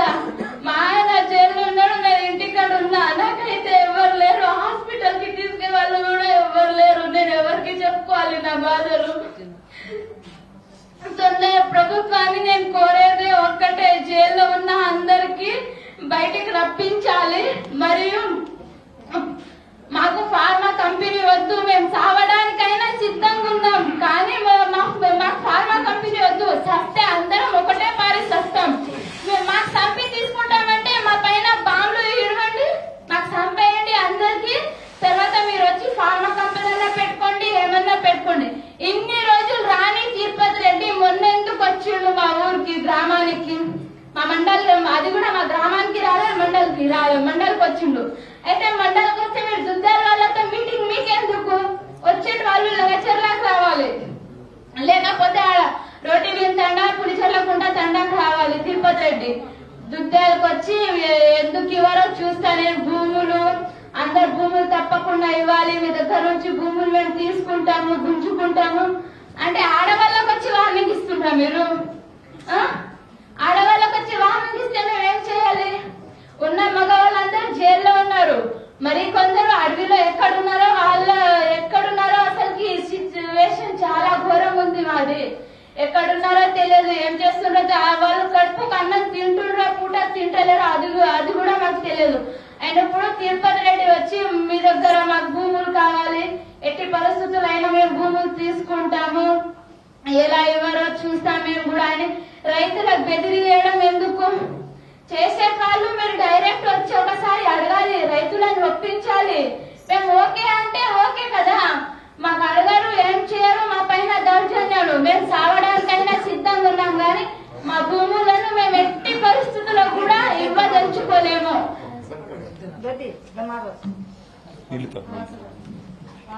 ज्योति का ये कहना था कि सीएम का भाई जो है उसका जुल्म, उसकी धमकियां, गलत अरेस्ट और जो इलीगल रिमांड और जो इलीगल टॉर्चर किया गया उनके हस्बैंड के साथ और बाकी साथियों के साथ, और साथ ही साथ जो जुल्म किया गया, जो असॉल्ट किया गया हमारे बहनों पे आधी रात को, उसको लेके बहुत दर्दनाक उनकी आवाज थी। मैं 4 चीज आपके सामने रखना चाहता हूं। मैं थोड़ा अंग्रेज में बोलूंगा, बाद में जैसा आप कहो, हिंदी तेलुगु जो भी है। When Manipur burns, it is news in the national capital. When a hospital in Uttar Pradesh burns, it is news. When people oppose Dharavi in Mumbai, it is news. When tribals are up in arms against redevelopment project in Lakshadweep, it is news. Of course, we are Indians. My heartfelt condolences to the parents who lost their children in the Jhansi hospital accident. My heartfelt sympathy to those who are in the constant state of war in Manipur. But I am here to appeal to this nation about the anarchy in Telangana today. A state that was formed in 2014, a state that had become a beacon of development, pro-people policies and great strides of progress in agriculture and IT sectors alike, the last 10 years is now suffering in the anarchy that Congress has brought in. When the Chief Minister's brother, as was pointed out by Jyoti right away, just a couple of minutes ago, when the Chief Minister's brother openly threatens tribals, there is no case filed. When the Chief Minister's brother, who has no protocol, is not a ward member, is not a councillor, he is not a sarpanch, he is not a Zilla Parishad member, he is a nobody, he is not elected by public. But he marches in with 250 policemen, and the collector rushes out to welcome him. He is apparently the de facto Chief Minister of the constituency. When the police, who are acting like the private army of the Chief Minister, Revant Reddy, descend upon the Tandas, the Lambada tribal hamlets in Lagacherla, absolute silence from the nation. They beat up women in the middle of the night at 1 a.m. and 2 a.m. Absolute silence from Congress party and Rahul Gandhi. They molest the women. Absolute silence from the national capital. They arrest men and children illegally. Absolute silence. They are being tortured in custody. We hear nothing from Rahul Gandhi. So I ask him, Mr. Gandhi, Pradhan Mantri Modi ji, leader of opposition hai aur aap Pradhan Mantri hain. What does it take for you to break your silence? Why are you both not talking about Lagacherla?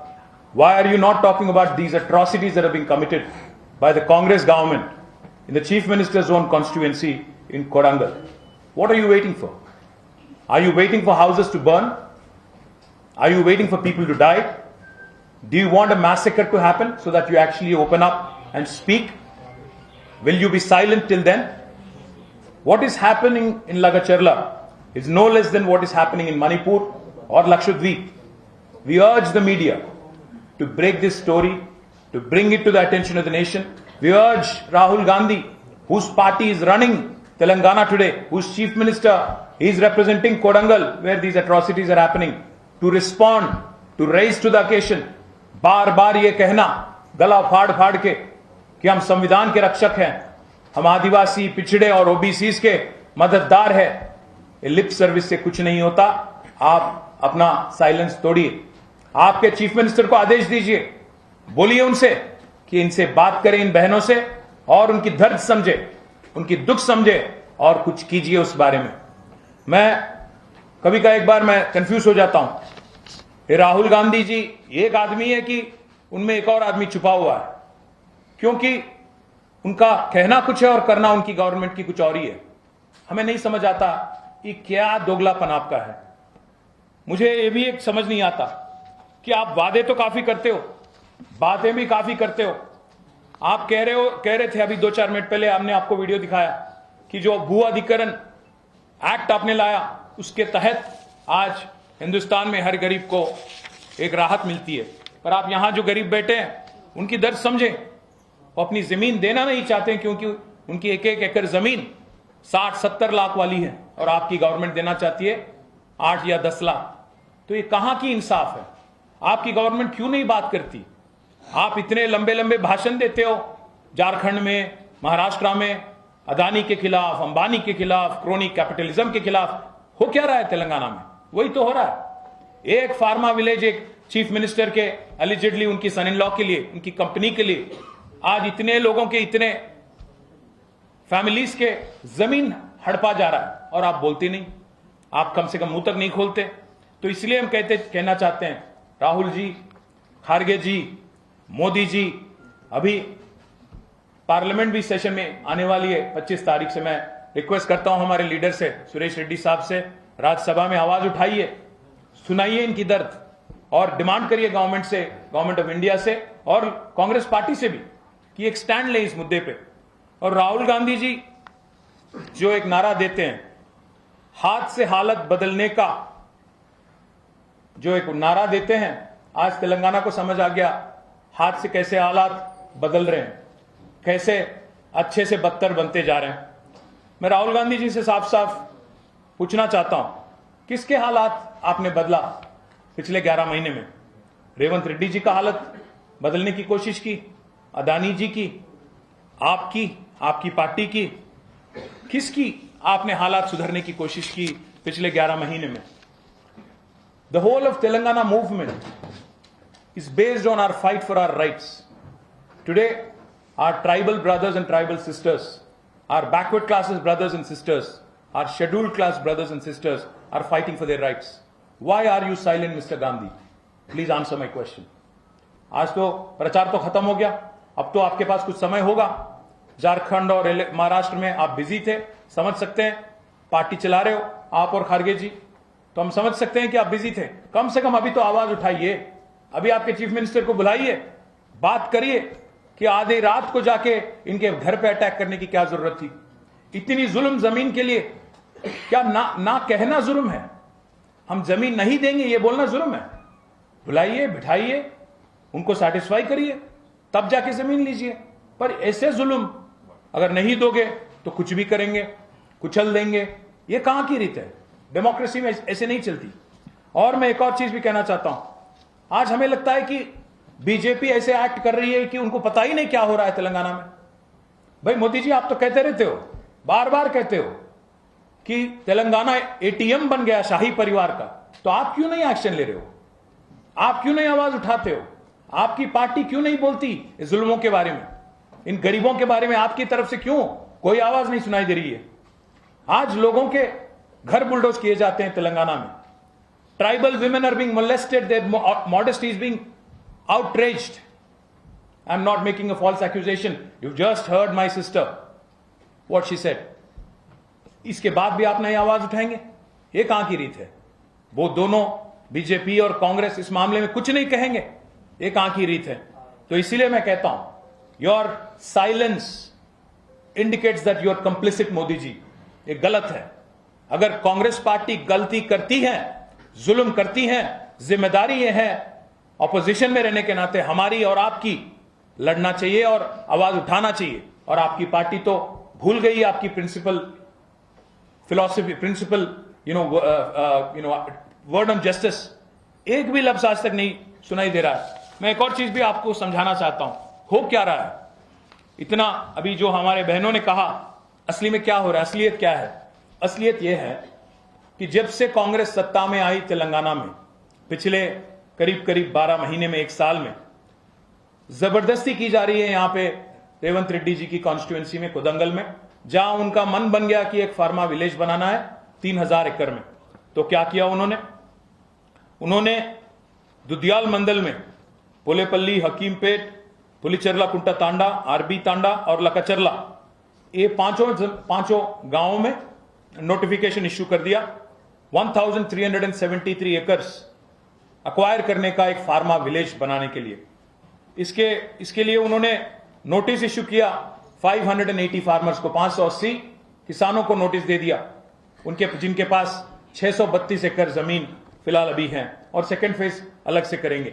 जब इन्होंने इंकार किया कि हम नहीं देंगे क्योंकि हमारी जमीन मार्केट वैल्यू उसकी 60-70 लाख है, तो हम नहीं देंगे, और हमारी ये पुश्तैनी जमीन है, हम देना नहीं चाहते क्योंकि इसी पे हमारी जिंदगी निर्भर है, हमारे बच्चे निर्भर है, इसीलिए नहीं देना चाहते हैं। तो आज उनका हालत ये है, उन पे आज अटैक किया जाता है, उनके घर वालों को अरेस्ट किया जाता है, टॉर्चर किया जाता है, और हमारे बहनों को मोलेस्ट किया जाता है। क्या ये डेमोक्रेसी है? क्या ये तरीका है डेमोक्रेसी में गरीब से पेश आने का? आप सहमत है? अगर आप कोई रईस आदमी के घर पे होता है तो आपके लिए सहमत होगा? ये आवाज नहीं उठाएंगे तब भी। इसीलिए मैं कहता हूं, पूछना चाहता हूं, इनकी गलती यही है किसानों की कि इन्होंने मना कर दिया कि हम जमीन नहीं देंगे।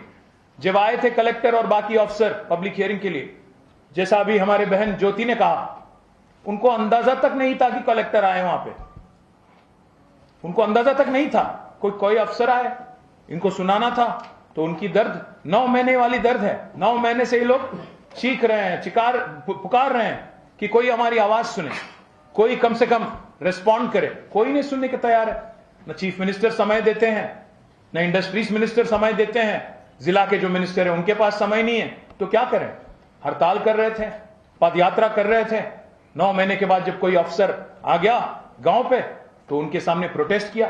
अब ये इनका गुनाह है कि जमीन नहीं देना था, प्रोटेस्ट किया, तो वही गुनाह था, इसीलिए कॉन्स्पिरेसी केस लगाया गया इन पे, हमारे गरीब बहनों पे, भाइयों पे। और आज तक 30 से ज्यादा किसानों को जेल भेज दिया गया, जहां उनकी टॉर्चर की गई, 3rd डिग्री टॉर्चर। हम खुद मिले उनसे संगारेड्डी सेंट्रल जेल में, हम खुद जाके मिले, हम हमारे बहन सत्यवती जी जाके मिले वहां पे। हमने देखा कि उनके हाथ और पैर पे काफी मार थे, काफी चोट थे। पूछा हमने उनसे, क्यों नहीं कहा अपने मजिस्ट्रेट के सामने कि आपके साथ ये जुल्म हो रहा है? तो उन्होंने कहा कि भाई अगर हम कहते मजिस्ट्रेट के सामने, हमें कहा गया कि फिर से पीटेंगे आपको और आपके घर जाके घर में घुस के आपके घर वालों को मारेंगे, तो इसीलिए हम डर गए। अब क्या करें बताइए आप? तो इसीलिए आज ये सभी हमारे बहन और जो गरीब किसान के घर वाले हैं यहां तक चले आए दिल्ली में। आज इन्होंने ह्यूमन राइट्स कमीशन से मिली, दिल्ली में आज उन्होंने नेशनल शेड्यूल्ड कास्ट कमीशन से मिली, उन्होंने मिला, और साथ ही साथ national commission on scheduled tribes, उनसे भी मुलाकात हुई, और नेशनल कमीशन फॉर विमेन, उनको भी अपना दर्द उन्होंने सुनाया। उम्मीद करते हैं, क्योंकि इससे पहले भी कई बार इन कमीशनों की तरफ से कुछ राहत मिली, उम्मीद हमें है कि फिर एक बार कुछ आस है कि कुछ जस्टिस मिलेगा। हम उम्मीद यह भी करते हैं कि केंद्र सरकार भी इस बात को गंभीरता से लेगी और कार्रवाई शुरू करेगी, और उम्मीद यह भी करते हैं कि राहुल गांधी, क्योंकि झारखंड में, महाराष्ट्र में जो भी भाषण देना था दे चुके हैं, तो राहुल गांधी जी कम से कम अब रेवंत रेड्डी को फोन लगाएंगे, बुलाएंगे और कहेंगे कि भाई इनको छोड़ो, पहले किसानों को, 30-32 लोगों को जिनको आपने जेल भेजा उनको घर भेज दो, और ये जुल्म जो है बैठ के बात करो, तफसील में समझाने की कोशिश करो। अगर इस बात से कुछ फायदा हो सकता है तो हम रिक्वेस्ट करेंगे राहुल जी से कि आप खुद चले आइए। कल हमारी बहन कह रही थी ज्योति कि राहुल जी आपने तो कहा इलेक्शन के टाइम पे कि अगर आप आवाज दो, कल तेलंगाना में कोई गरीब आवाज अगर देगा तो मैं खुद चलाऊंगा तेलंगाना। बुला रहे हैं राहुल जी को, आइए आप, कोडंगल आइए, लगाचरला आइए, बैठिए हमारे बहनों के साथ, आके बैठ के उनसे बात करके तफसील में समझाइए कि क्या फायदा होगा। मुख्यमंत्री जी के जो दामाद है उनकी कंपनी के लिए जमीन देने में क्या क्या फायदा है, इनको क्या क्या फायदा मिलेगा, आप स्वयं समझाइए। अगर आप नहीं आना चाहते तो हमारे बहन रुक जाएंगे दिल्ली में, आप समय दीजिए, मिलेंगे दिल्ली में, आपके घर आएंगे, बुलाइए आप, क्योंकि दिल्ली में है वो, उपस्थित है, तो तैयार है आपसे मिलने को। मैं राहुल जी से रिक्वेस्ट करता हूं कि आप जो बात करते रहते हो संविधान के बारे में, गरीबों के बारे में, पिछड़ों के बारे में, ओबीसीज के बारे में, अगर उन बातों में सच्चाई है, उन बातों में सिंसियरिटी है, तो आपको रिस्पॉन्ड करना पड़ेगा, आपको आवाज उठाना पड़ेगा, आपको बुलाना पड़ेगा। आपका जो एक तानाशाही चीफ मिनिस्टर है, जो एक अनार्की चला रहा है तेलंगाना में, बुलाइए, समझाइए उनको कि तानाशाही नहीं है, ये डेमोक्रेसी है। बस मैं इतना ही कहता हूं। इन बहनों की दर्द मैं मीडिया से भी रिक्वेस्ट करूंगा, हमें हमदर्दी है मणिपुर से, हमें हमदर्दी है धारावी वालों से, हमें हमदर्दी है झांसी में जो अस्पताल में एक्सीडेंट जो हुआ, जो बच्चे गए उसमें, जो बच्चे मर गए, जो इनकी मृत्यु हो गई, उनकी पेरेंट्स से हमदर्दी है। पर आपको भी हमदर्दी होना चाहिए हमारे बहनों के साथ, क्योंकि ये कम दुख नहीं है, कम दर्द नहीं है। बस इतना ही कहते हुए मैं आप सबका धन्यवाद कहता हूं। और मां तेलुगुलो, well, we'll complete questions and then come to Telugu if you don't mind. Yes. So Rishabh from Times Now. The news has just come in that BRS social media head Dilip has been arrested by the Telangana police on charges of inciting violence on social media. How do you react? Who's inciting violence in Telangana today?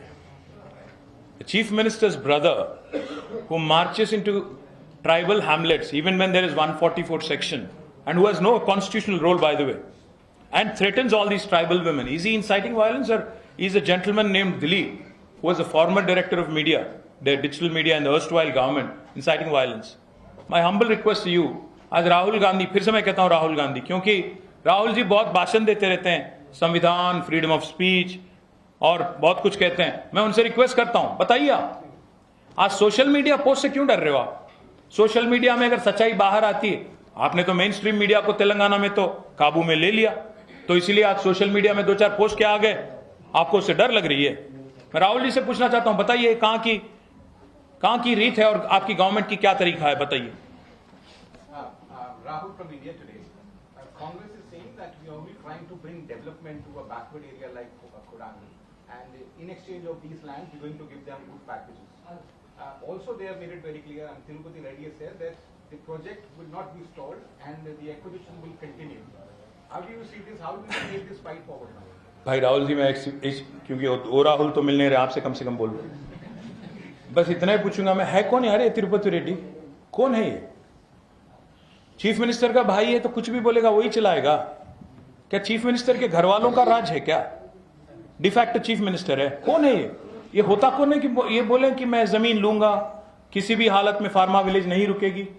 मैं पूछना चाहता हूं, who is this guy and what capacity is he speaking and why is the chief minister silent? Why is he not speaking about his own constituency? He is a democratically elected chief minister whose primary responsibility is to answer to his constituents. क्यों नहीं बोल रहे हैं? और एक और चीज है, पैकेज की जो बात की, भाई 9 महीने से लोग आंदोलन चला रहे हैं, कोई नहीं इनके पीछे, स्वयं वो चला रहे हैं। हम तो हार चुके थे, थक चुके थे, हम घर बैठे थे, हमारी पार्टी वाले, हम नहीं थे इनके साथ। बाद में जब इनके आंदोलन जोरों शोर से चल रही थी तब जाके हम लोग भी शामिल हो गए उसमें, क्या चांद भाई? तो इसीलिए हमारे मंडल पार्टी के प्रेसिडेंट हैं, तो इसीलिए मैं कह रहा हूं कि ये लोग जब 9 महीने से लड़ रहे थे, क्यों नहीं कोई कोशिश किया गया? जब when things were simmering, when things were when there was unrest, कुछ नहीं किया गया। जब बॉइलिंग पॉइंट पे आ गया, आज कहते हो पैकेज, क्या पैकेज दोगे?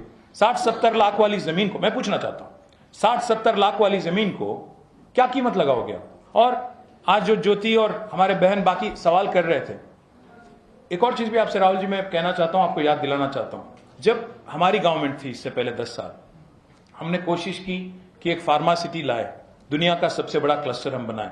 14,000 एकड़ जमीन हमने भी एक्वायर की। हम ये नहीं कहते हैं कि इससे पहले लैंड एक्विजिशन हमने नहीं की, हमने की, पर हमने एक तरीके के साथ की। कभी का एक बार अनरेस्ट भी आ जाता है, कभी का एक बार कुछ unrest, sometimes it spills over, but how you handle it is important. मैं आज पूछना चाहता हूं रेवंत रेड्डी जी से, हम लोग जब फार्मा सिटी के लिए लैंड एक्वायर कर रहे थे, आप ही थे ना, आप ही तो कह रहे थे कि फार्मा माने पोल्यूशन, फार्मा माने जहर। आज 10 साल जो आपने बोला इनके मन में भर गया। आज उनका कम से कम क्लैरिफिकेशन देने की कोशिश, क्यों आप फार्मा ला रहे हो, क्यों जो पोल्यूशन करके आप 10 साल आपने जो बार बार कहा, वही चीज को उनके घर में क्यों ला रहे हो, उनके गांव में क्यों ला रहे हो? उस बात का किसी के पास जवाब है? कोई नहीं दे पा रहे। पुलिस वालों के खिलाफ कोर्ट में जाएंगे, जिन्होंने पुलिस वालों के खिलाफ और स्टेट गवर्नमेंट के खिलाफ आज हमारी बहन, हमारे बाकी लीडरों के साथ, मैं नहीं था वहां पे बट सारे ही हमारे लीडर थे, सारे लोग आज इंपॉर्टेंट कमीशन जो है हिंदुस्तान में सबको मिल चुके हैं। उम्मीद है कि कोई रिस्पांस मिलेगी। अगर रिस्पांस नहीं मिलती तब प्लान करेंगे कि क्या करना होगा। Yes Lakshmi ji.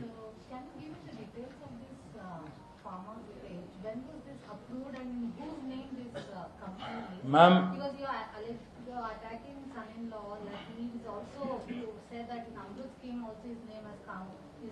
no, that's the brother-in-law. This is the son-in-law. इन्हें पूरा फैमिली एंड फ्रेंड्स पैकेज चल रहा है।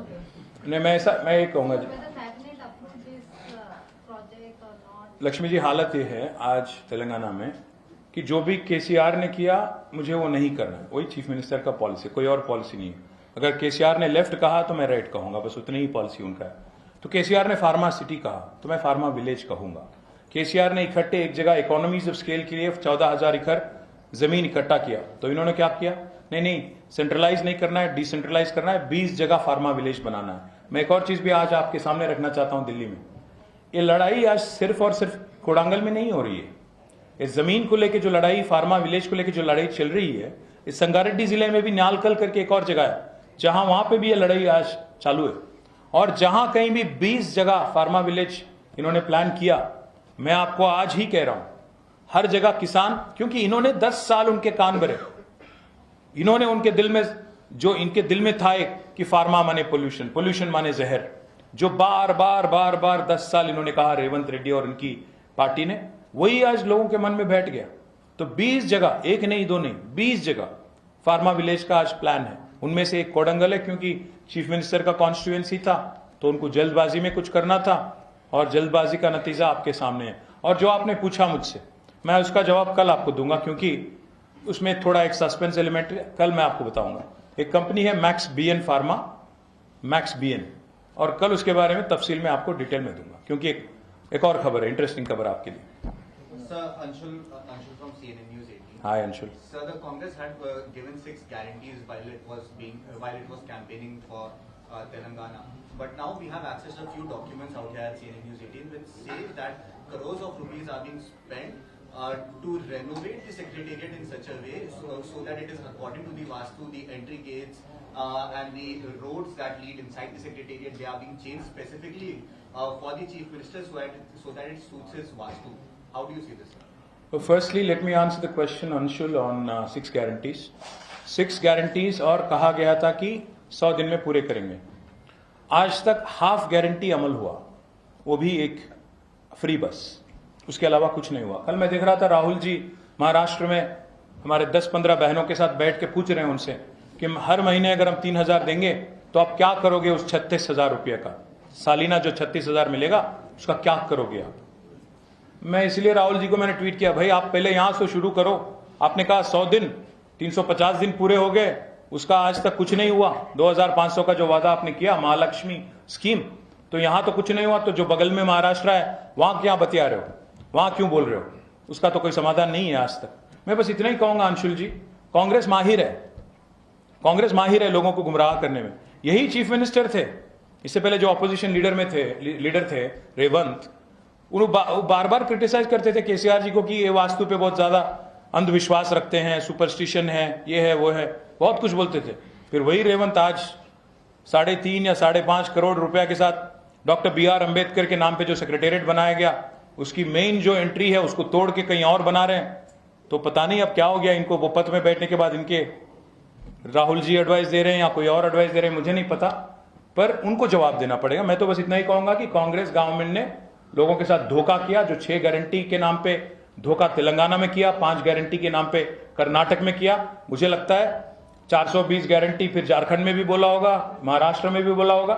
वहां की जनता से भी मेरी रिक्वेस्ट है, दोनों को हराओ, कांग्रेस को हराओ, बीजेपी को हराओ, क्योंकि दोनों भी बदमाश है। बस इतना ही कहूंगा जी। Diljit Dosanjh had a concert in Hyderabad, and he went on to say that I am happy that I did not get a notice from the government, because he was given an advance notice that you cannot use alcohol word in your songs. He even tweeted one of his songs. So today he said that I am happy that I did not get a notice, but why don't the government just declare dry state? Once the nation is declared dry state, I will stop discussing alcohol in my song. भाई मैं सुना नहीं, देखा नहीं उन्होंने क्या कहा, उनको क्या नोटिस मिली, हम लोग तो इसमें बिजी थे, तो मैं उसके बारे में कुछ नहीं कह पाऊंगा। पर मैं तेलुगु में 2-4 चीज हमारे भाइयों को बोल ఈరోజు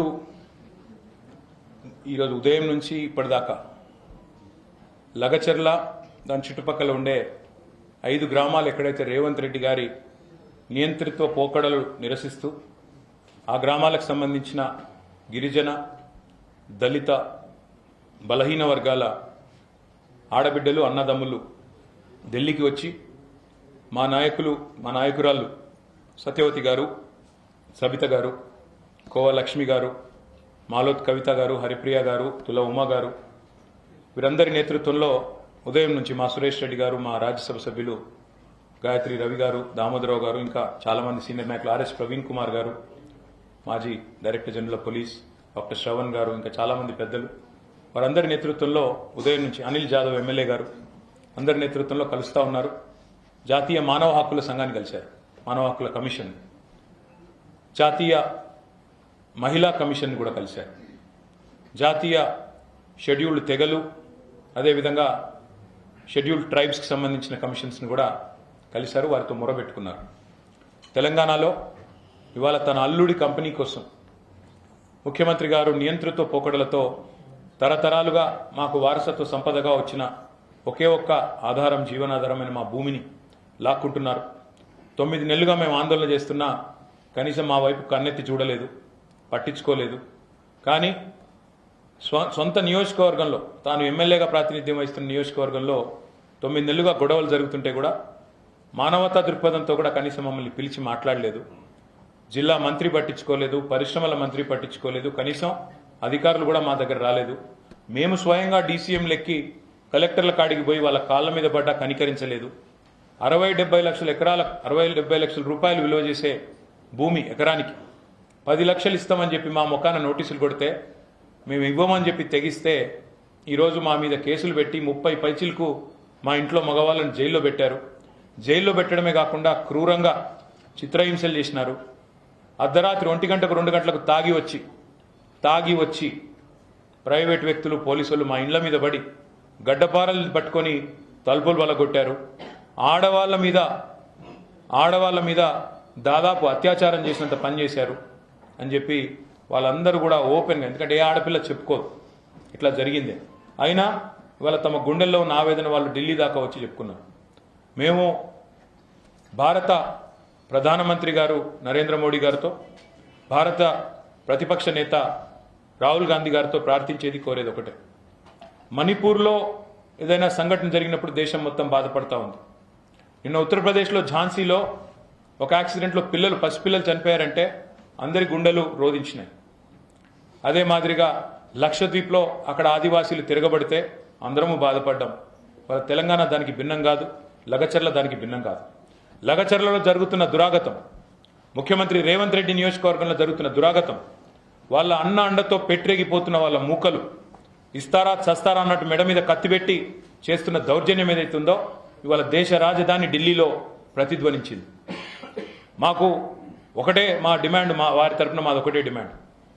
ప్రజాస్వామ్యంలో ప్రజాస్వామిక స్ఫూర్తి ప్రకారం పనిచేయాలి, కానీ ఇదేదో నియంతృత్వంలాగా నేనేదో సామ్రాజ్యాధిపతిని, చక్రవర్తిని, ప్రజలు ఎన్నుకున్న వాడిని కాదు, ఆకాశం నుంచి ఊడిపడ్డానన్నట్టు ఎవరు ప్రవర్తించినా తప్పకుండా వారికి పరాభవం తప్పదు.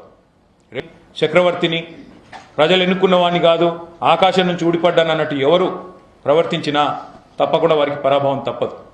రేవంత్ రెడ్డి కూడా దానికి అతీతుడు కాదు. రాహుల్ గాంధీని అడుగుతున్నాం, గంట కింద ఉపన్యాసం ఇస్తున్నావు జార్ఖండ్లో. మా పార్టీ ఆదివాసీలు, గిరిజనులు, పేద వర్గాలు, దళితులు, వెనుకబడ్డ తరగతులు, వీళ్ళ పార్టీ మాది, వాళ్ళ కోసమే పనిచేస్తున్నాం, కాన్స్టిట్యూషన్ను కాపాడుతున్నాం అంటున్నావు ఇప్పుడే గంట కిందట. ఇదేనా కాన్స్టిట్యూషన్ కాపాడే పద్ధతి? ఇదేనా రాజ్యాంగ రక్షణ? ఇదేనా పేద వర్గాల పట్ల నీకున్న ప్రేమ? ఎందుకు మణిపూర్ గురించి మాటిమాటికి మాట్లాడే రాహుల్ గాంధీ ఎందుకు కొడంగల్ గురించి మాట్లాడవు? ఎందుకు తెలంగాణ గురించి మాట్లాడవు? తెలంగాణలో ఇన్ని దురాగతాలు జరుగుతుంటే నీ ముఖ్యమంత్రిని నియంత్రించే పరిస్థితిలో లేవా? ఇవాళ మా ఆడబిడ్డలు గొంతెత్తి దేవి గాని, కిష్టిబాయి గాని, జ్యోతి గాని, సుశీల గాని వాళ్ళు మాట్లాడింది నీ చెవులకు వినబడ్డం లేదా? రాహుల్ గాంధీ గారిని అడుగుతున్నాం మేము. మీరే చెప్పారు ఎలక్షన్లకు ముందు, తెలంగాణ ఎన్నికలకు ముందు, ఒక్క పిలుపునిస్తే మీ తమ్ముడిని, మీ అన్నని నేను వచ్చి వాలిపోతా, మీ దగ్గరకు వస్తా అన్నావు. ఎక్కడున్నావు ఈరోజు? ఒకవేళ మీరు మహారాష్ట్రలో, జార్ఖండ్లో బిజీగా ఉంటే మీరెక్కడున్నారో చెప్పండి, అక్కడికే వస్తామంటున్నారు మా చెల్లెలు. వచ్చి మిమ్మల్ని కలుస్తామంటున్నారు, మీతో మొరబెట్టుకుంటామంటున్నారు. మీరు ఢిల్లీకే వచ్చేది ఉంటే ఎన్నికల ప్రచారం అయిపోయింది కాబట్టి మహారాష్ట్రలో, జార్ఖండ్లో, ఢిల్లీకి వచ్చేది ఉంటే ఇక్కడే ఆగుతాం, ఢిల్లీలో సమయం ఇస్తే ఇక్కడే కలుస్తాం, మా బాధ చెప్పుకుంటాం అంటున్నారు. ఇప్పుడైనా గొంతు విప్పండి, నోరు విప్పండి. కేవలం లిప్ సర్వీస్ సరిపోదు, మాటలతోనే ప్రేమలు ప్రదర్శిస్తే సరిపోదు, మాటల్లోనే ప్రేమ కురిపిస్తే సరిపోదు, చేతల్లో కూడా చూపెట్టాలని చెప్పి కూడా కోరుతా ఉన్నారు. చివరిగా నేను చెప్పేది ఒకటే, రేవంత్ రెడ్డి అయినా, రాహుల్ గాంధీ అయినా, ప్రధానమంత్రి మోడీ అయినా, ప్రధానమంత్రి మోడీ గారిని కూడా మేము అడుగుతున్నాం. ఇవాళ మీరు మర్చిపోయినట్టున్నారు అసలు తెలంగాణ రాష్ట్రం ఈ దేశంలో ఉందని, అక్కడ కొన్ని దురాగతాలు జరిగితే వాటి మీద స్పందించాల్సిన బాధ్యత మీ పార్టీకి కూడా ఉందని మర్చిపోయినట్టే కనబడతా ఉంది. అందుకే మేము అనేది, దయచేసి రేపు పార్లమెంట్ సమావేశాల్లో మేము కూడా దీన్ని లేవనెత్తుతాం, ఈ అంశాన్ని లేవనెత్తుతాం, రాజ్యసభలో లేవనెత్తుతాం, ఇతర పార్టీలు ఏవైతున్నాయో లోక్సభలో వారిని కూడా రిక్వెస్ట్ చేస్తాం, దయచేసి అక్కడ కూడా మాట్లాడండి ఈ అంశం మీద. స్పందిస్తుంది కేంద్ర ప్రభుత్వం అని ఆశిస్తున్నాం. వాళ్ళ కలిసిన 4 కమిషన్లు వారు కూడా స్పందిస్తారని ఆశిస్తా ఉన్నాం. తప్పకుండా మా విశ్వాసం ఒకటే, ఇంకా భారతదేశంలో మీడియా రూపంలో, న్యాయస్థానాల రూపంలో ఇంకా కూడా ప్రజలకు కొంత విశ్వాసం ఉంది. మీడియా ద్వారా, న్యాయస్థానాల ద్వారా తప్పకుండా మరి బాధితులకు, ఈ పేదవారికి న్యాయం లభించాలని, వారికి తప్పకుండా వారి గొంతు ఢిల్లీలో ఏదైతే ఈరోజు వినిపించారో దాన్ని తప్పకుండా మీరు కూడా పెద్ద పెద్ద నాయకులు పెద్ద పెద్ద అధికారులు ఎవరైతే ఉన్నారో ఈ దేశాన్ని నడిపే వాళ్ళు వాళ్ళ ద్వారా తీసుకెళ్లాలని చెప్పి కూడా కోరుతూ మరి వారి పక్షాన బీఆర్ఎస్ నాయకులు ఇవాళ చాలా మంది ఢిల్లీకి వచ్చారు. వారందరికీ ఉన్న ధన్యవాదాలు. అదేవిధంగా ఈ పోరాటంలో చివరి దాకా అంటే వాళ్ళ కుటుంబ సభ్యులకు బెయిల్ వచ్చి జైలు నుంచి విడుదల అయ్యేదాకా, అదేవిధంగా ఈ పోరాటం ఒక అర్థవంతమైన ముగింపుకు వచ్చేదాకా మేము తప్పకుండా వారి వెంబడినే ఉంటాము. 100% ముమ్మాటికి ఒక దగ్గర జరగట్లేదు ఈ పోరాటం. కొడంగల్లో, సంగారెడ్డి జిల్లా న్యాల్కల్లో కూడా జరుగుతూ ఉంది. ఇంకా 20 ఫార్మా విలేజ్లు ఎక్కడెక్కడైతే వీరు ప్రతిపాదిస్తున్నారో అక్కడక్కడ ఇప్పటికే గొడవలు జరుగుతూ ఉన్నాయి. నిన్నగాక మొన్న సబితక్క కాన్స్టిట్యున్సీలో అనవసరంగా వేస్తున్న ఒక 340 ఫీట్ల రేడియల్ రోడ్ మీద అక్కడ రైతులు తిరగబడ్డారు. RRR ఆ రైతులు అక్కడ భువనగిరిలో, ఆలేరులో, మునుగోడులో అక్కడ రైతులు ఆక్రోశిస్తున్నారు. వీళ్ళందరితో కూడా కూర్చొని మాట్లాడాల్సిన ప్రభుత్వం నిశ్చేష్టులై చూస్తా ఉన్నది, నిష్క్రియాపరంగా ఉన్నది. తప్పకుండా వారు స్పందించాలి, ఇకనైనా ముందుకు రావాలని కోరుతాం. బీఆర్ఎస్ ప్రభుత్వ హయాంలో కానీ ప్రత్యేకించి కేసీఆర్ కానీ మీరు కానీ అభివృద్ధికి సంబంధించి పెట్టుబడుల విషయంలో పెద్ద ఎత్తున కృషి చేశారు. దాన్ని ఎవరు తప్పట్టలేదు. అదే సందర్భంలో ఫార్మా సిటీ పేరుతోటి తెలంగాణ అభివృద్ధికి కూడా మీరు ఒక ప్రయత్నం చేశారు. అలాంటి మీరు ఇప్పుడు ఫార్మా విలేజ్ వచ్చేదాన్ని వ్యతిరేకించడం. ఫార్మా విలేజ్ కు మేము వ్యతిరేకమని నేను చెప్పడం లేదు, మీరు ఒకటి జాగ్రత్తగా వినండి. ఫార్మా సిటీ కోసం ఆ రోజు భూములు సేకరిస్తున్నప్పుడు ఇదే కాంగ్రెస్ పార్టీ వాళ్ళు, ఇదే రేవంత్ రెడ్డి గారు ఇచ్చిన స్పీచ్లు నేను మీకు పంపిస్తాను. వెంకటరెడ్డి గారు, ఈరోజు మంత్రిగా ఉన్న వెంకటరెడ్డి గారు, రేవంత్ రెడ్డి గారు, మల్రెడ్డి రంగారెడ్డి గారు, కోదండరెడ్డి గారు, ఒక్కరు కాదండి, బట్టి విక్రమార్క గారు, సీతక్క గారు, ఒక్కసారి కాదు పలుమార్లు కందుకూరులో, యాచారంలో విస్తృతంగా పర్యటించి ప్రజల్ని రెచ్చగొట్టి ఫార్మా అంటేనే కాలుష్యం, ఫార్మా అంటేనే విషం అని జనం మనసులో విషం నింపిందే వారు. దానివల్ల ఏం జరిగింది ఈరోజు? సరే, మాకు 8 ఏళ్లు పట్టింది ఫార్మా సిటీ కోసం ల్యాండ్ ఎక్వైర్ చేయడానికి. అయినప్పటికీ ఒప్పించి మెప్పించి మొత్తానికి 14,000 ఎకరాలు సేకరించి అక్కడ ఉండే పేదవారికి కూడా ఒక విశ్వాసాన్ని కల్పించి చివరికి కేంద్ర స్థాయిలో ఇక్కడ ఉండే మినిస్ట్రీ ఆఫ్ ఎన్వైరన్మెంట్ ఫారెస్ట్ కూడా ఎన్వైరన్మెంట్ క్లియరెన్స్ కూడా సాధించాం. ఒక ఫౌండేషన్ వేసి ముందుకు పోవాల్సింది. దాన్ని మేము ఎలక్షన్లు ఉన్నాయి, ఇప్పుడు అనవసరంగా ఈ టైంలో మళ్ళీ పొలిటిసైజ్ చేస్తారు, రాజకీయం చేస్తారనే పక్కకు పెట్టాం. ఈరోజు అక్కడికి వచ్చి అదే 14,000 ఎకరాల్లో ఫ్యూచర్ సిటీ అని, AI సిటీ అని, ఇంకేదో పేరు పెట్టారు, 4th సిటీ అని రియల్ ఎస్టేట్ చేస్తున్నారు ఒకవైపు. రెండోది ఏం చేస్తున్నారు? ఫార్మా విలేజ్లు. కేసీఆర్ ఫార్మా సిటీ అన్నారు కదా, ఆయన ఆనవాళ్ళు ఉండొద్దు కదా, దాన్ని రద్దు చేసి ఫార్మా విలేజ్. కొడంగల్లో ఇవాళ రైతులు ఏమడుతున్నారు? ఇప్పుడు అమ్మాయి ఏమడిగింది? నువ్వే చెప్తావు కదా ఫార్మా అంటే విషయం అని, రేవంత్ రెడ్డి చెప్పినాడు కదా, మరి వాళ్ళు ఎమ్మెల్యే, ఆయన వచ్చి చెప్పాలి కదా. లేదమ్మా, ఆ రోజు నేను తప్పు చెప్పాను, తప్పుడు కూతలు కూశాను, నేను రాజకీయం కోసం అబద్దాలు చెప్పాను, ఈ రోజు నేను చెప్తున్నాను, ఈ రోజు నేను చెప్పేది నిజం, నన్ను నమ్ము అని లగిచర్లకు వచ్చి మాట్లాడమనండి. ఎమ్మెల్యే కాదా? 9 నెలల నుంచి టైం లేదా? వచ్చి మాట్లాడమనండి. మేము అభివృద్ధికి వ్యతిరేకం కాదు, కానీ ప్రజల మీద దౌర్జన్యపూరితంగా, అంటే నువ్వు భూమి ఇవ్వకపోతే నేను తొక్కుతాం.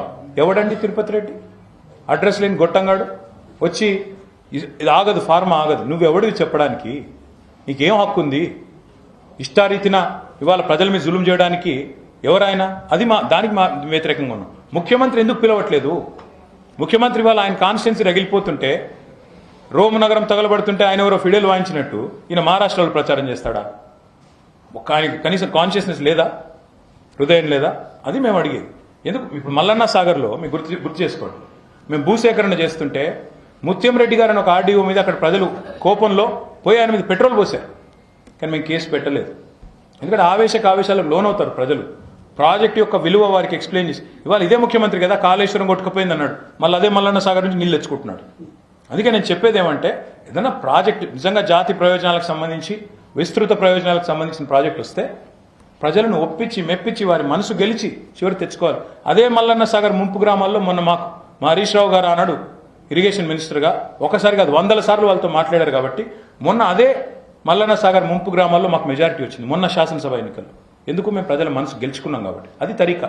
ఇదేం పద్ధతి? ఇంటికి పోయి అర్ధరాత్రి ఇండ్ల మీద పడి తలుపులు పగలగొట్టి ఆడవాళ్ళని చూడకుండా ఇష్టం వచ్చినట్టు వ్యవహారం చేసి తాగిపోయి, ఇదెక్కడ పద్ధతి? ఇది రాజ్యాంగబద్ధమనా? ఇది న్యాయమా? ఇదే మరి ఒక రాజకీయ నాయకుడు ఇంటి మీదకి పోతే ఇట్లాగే ఊరుకుంటారా? ఈ రోజుకి రేవంత్ రెడ్డి మొత్తుకుంటా ఉంటాడు కదా, నన్ను 3 గంటలకు వచ్చి అరెస్ట్ చేశారు అంటే, నీకు జరిగితే ఒకటి, వాళ్ళ మా ఆడబిడ్డలకు జరిగితే తప్పు ఇంకోట పద్ధతేనా? అది మా అభ్యంతరం. అయ్యా, నేను ఇప్పుడు మళ్ళీ చెప్తున్నా మీకు, 5 ఏళ్ళు సరే, అది రిమాండ్ రిపోర్ట్ కాదు, రేవంత్ రెడ్డి డిమాండ్ రిపోర్ట్.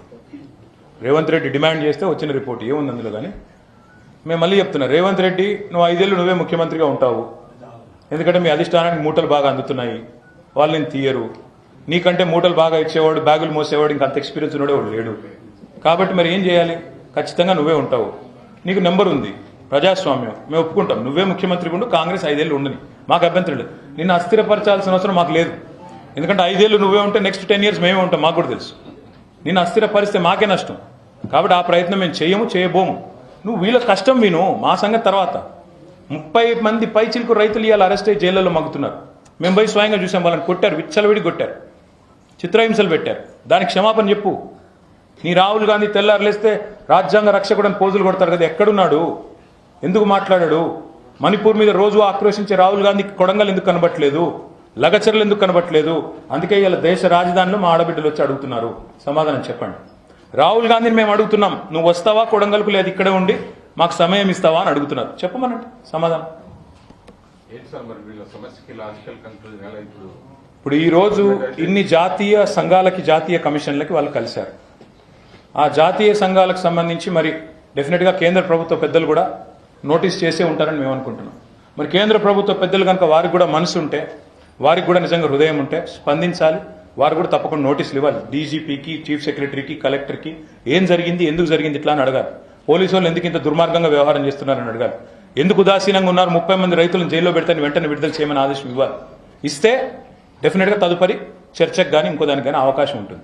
కానీ ఈ రకంగా భయపెడతాం, మెడ మీద కత్తి పెడతాం, భూమి ఇస్తావా చస్తావా అంటే మాత్రం ఊరుకోము. ప్రజాస్వామ్యబద్ధంగా నిరసనలకు మేము కూడా వారు చేసే పోరాటానికి మా మద్దతు కూడా కొనసాగుతాం. Thank you brother.